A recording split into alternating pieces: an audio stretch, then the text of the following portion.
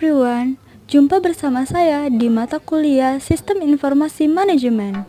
Perkenalkan, nama saya Indah Permatasari, NPM 1811064 dari Program Studi Manajemen Fakultas Ekonomi dan Bisnis Universitas Batu Raja.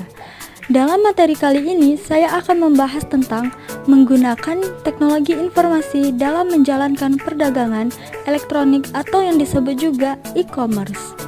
Pertama, kita harus mengetahui apa sih yang dimaksud dengan perdagangan elektronik. Perdagangan elektronik atau yang disebut juga e-commerce adalah penggunaan jaringan komunikasi dan komputer untuk melaksanakan proses bisnis. E-commerce sendiri terbagi atas dua jenis, yaitu business to business dan business to consumer.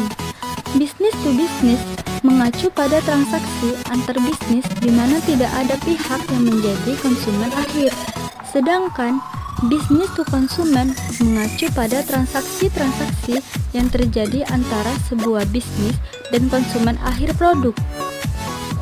Adapun manfaat e-commerce yaitu 1.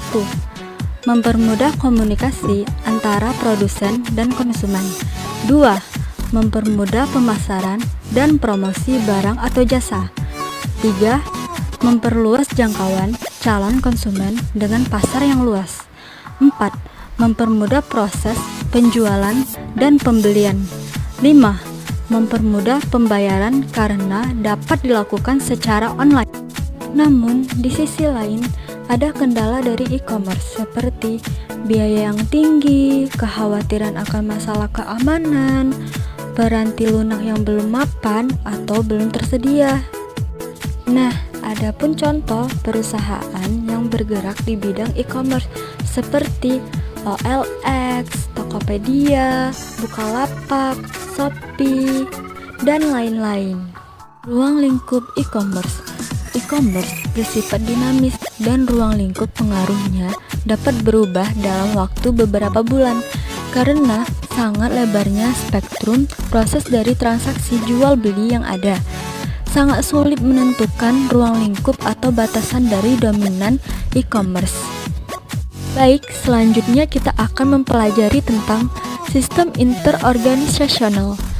Sistem interorganisasional adalah sebuah perusahaan yang membuat hubungan elektronik dengan perusahaan lain yang menciptakan suatu sistem interorganisasional sehingga semua perusahaan bekerja sama sebagai suatu unit yang terkoordinasi meraih manfaat yang tidak dapat diraih sendiri oleh setiap perusahaan.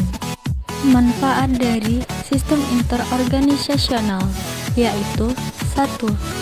Efisiensi komparatif. 2. Kekuatan penawaran. Adapun manfaat-manfaat tidak langsung dari sistem interorganisasional yaitu 1. Mengurangi kesalahan. 2. Menurunkan biaya. 3. Meningkatkan efisiensi operasional. 4. Meningkatkannya kemampuan untuk bersaing. 5. Memperbaiki hubungan dengan sekutu dagang. 6. Memperbaiki layanan pelanggan. Strategi bisnis to konsumen. Untuk e-commerce, semakin banyaknya jumlah produk dan jasa yang tersedia untuk pengiriman digital dan semakin banyaknya pelanggan yang mampu mengatasi keengganan mereka untuk melakukan pembelian menggunakan web. Langkah e-commerce berikutnya yaitu tantangan bagi e-commerce lebih dari sekedar jenis barang yang ditawarkan. Banyak pelanggan lebih nyaman menggunakan telepon seluler daripada menggunakan keyboard komputer. Seperti perdagangan bergerak. Perdagangan bergerak adalah penggunaan telepon seluler dan asisten digital pribadi untuk melakukan e-commerce nirkabel.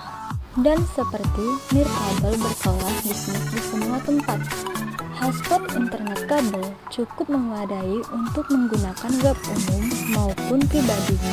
Namun, memeriksa email di sebuah kedai kopi Starbucks adalah suatu cara yang kurang memadai bagi para profesional bisnis.